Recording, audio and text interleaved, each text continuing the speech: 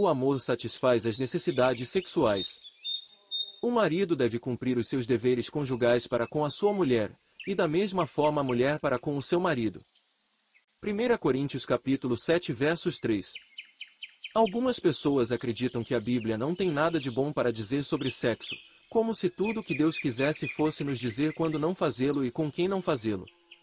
Na realidade, contudo, Deus tem grandes coisas a dizer a respeito do sexo e da bênção que ele pode ser para ambos, marido e esposa. Mesmo os limites e as restrições são maneiras de Deus manter a nossa experiência sexual em um nível muito mais elevado do que os anunciados na televisão e nos filmes. No casamento cristão, o romance deve prosperar e florescer. Afinal de contas, ele foi criado por Deus. É tudo uma questão de celebrar o que Deus nos deu, nos tornando um com nosso cônjuge enquanto, simultaneamente, alcançamos pureza e santidade. Ele se alegra em nós quando isso acontece. Cantares de Salomão, por exemplo, apesar de ser frequentemente interpretado de forma incorreta como nada mais que uma alegoria da paixão de Deus por seu povo, é, na verdade, uma linda história de amor. Ele descreve o ato sexual entre o marido e a esposa em detalhes poéticos, mostrando como um corresponde ao outro. Ele expressa como a honestidade e o entendimento em assuntos sexuais levam a uma vida segura de amor. É verdade que o sexo é apenas um dos aspectos do casamento. Contudo, com o passar do tempo, um de vocês dará mais importância a ele do que o outro. Como resultado, a natureza da unidade como homem e mulher estará ameaçada e em perigo. Mais uma vez, o fundamento bíblico do casamento foi originariamente expresso na criação de Adão e Eva. Ela foi feita para ser alguém que o auxilie e o corresponda a Gênesis capítulo 2 versículos 18. A unidade do relacionamento deles e de seu corpo físico era tão forte que foram considerados como uma só carne em Gênesis capítulo 2 versos 24. Esta mesma unidade é a marca de todo o casamento. No ato do romance, unimos o nosso coração um ao outro em uma expressão de amor que nenhuma outra forma de comunicação pode atingir. É por esta razão que o leito conjugal deve ser conservado puro, Hebreus capítulo 13 versos 4. Esta é compartilhada com mais ninguém. Entretanto, nós somos fracos.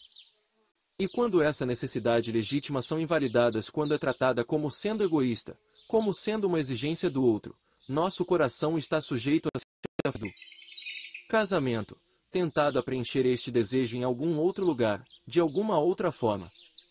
Para agir contra essa tendência, Deus estabeleceu o casamento com a mentalidade de uma só carne. A mulher não tem autoridade sobre o seu próprio corpo, mas sim o marido, e também da mesma sorte o marido não tem autoridade sobre o seu próprio corpo, mas sim a mulher. 1 Coríntios capítulo 7 versos 4. O sexo não é para ser utilizado como uma negociação. Ele não é algo que Deus nos permite reter sem consequências. Apesar de existirem abusos a esse padrão projetado divinamente, a essência do casamento é a de nos dar ao outro para satisfazer suas necessidades. O sexo é uma oportunidade dada por Deus para cumprir esse propósito. Então, não se recusem um ao outro, a Bíblia adverte, exceto por mútuo consentimento e durante certo tempo, para se dedicarem à oração. Depois, unam-se de novo, para que Satanás não os tente por não terem domínio próprio. 1 Coríntios capítulo 7 versos 5. Você é a única pessoa chamada e designada por Deus para satisfazer as necessidades sexuais do seu cônjuge. Se você permitir que a distância cresça entre vocês nessa área, se você permitir que a rotina tenha lugar em seu casamento, você está tomando algo que, por direito e exclusivamente, pertence ao seu cônjuge.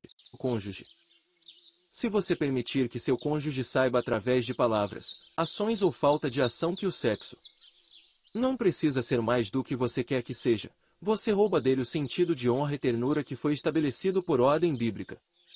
Você viola a unidade, uma só carne, do casamento. Então, seja você aquele que se vê como que está sendo privado, ou aquele que admite estar privando o outro, saiba que o plano de Deus é que vocês encontrem o equilíbrio e cheguem a um acordo. Mas saiba também que o caminho para cheguem até lá não é alcançado com reclamações, argumentações e mau humor. O amor é a única maneira de restabelecer a união apaixonada entre vocês. Cada um dos aspectos que o desafio de amar aborda: paciência, bondade, generosidade, atenção, proteção, honra e perdão terá um papel na renovação da intimidade sexual de vocês. Quando o amor de Cristo é a fundação do seu casamento, a força da amizade e a relação sexual podem ser experimentadas a um nível que o mundo nunca conhecerá. Vocês foram comprados por alto preço, Deus declarou, 1 Coríntios capítulo 6 versos 20. Ele colocou o seu amor em você e fez tudo para lhe fazer desejá-la. Agora é a sua vez de pagar o preço do amor para o coração da sua esposa ou do seu marido. Quando agir assim, você sentirá a felicidade absoluta que flui quando o sexo é feito por todas as razões corretas. E, como se não fosse suficiente, você também terá a oportunidade de glorificar a Deus com o seu próprio corpo. 1 Coríntios capítulo 6 versos 20. Que bonito! Desafio de hoje. Se possível, relacione-se sexualmente com o seu marido ou com sua esposa hoje. Faça isso de maneira que honre o que seu cônjuge lhe disse ou deixou implícito, a respeito das necessidades dele em relação à sexualidade. Peça a Deus para que esse momento seja agradável para os dois e para que também seja um caminho para uma intimidade cada vez maior. Comente aqui quando o desafio de hoje estiver completo. Compartilhe conosco a sua experiência. Essa foi uma experiência satisfatória para você. Se não aconteceu da maneira como você esperava, o que você acha que está dificultando a situação? Você já se comprometeu em levar isso a Deus em oração? Se foi bênção para os dois, o que você pode aprender com isto para o futuro? Quão formosa, e quão aprazível és, ó amor em delicias! Cantares de Salomão capítulo 7 versos 6.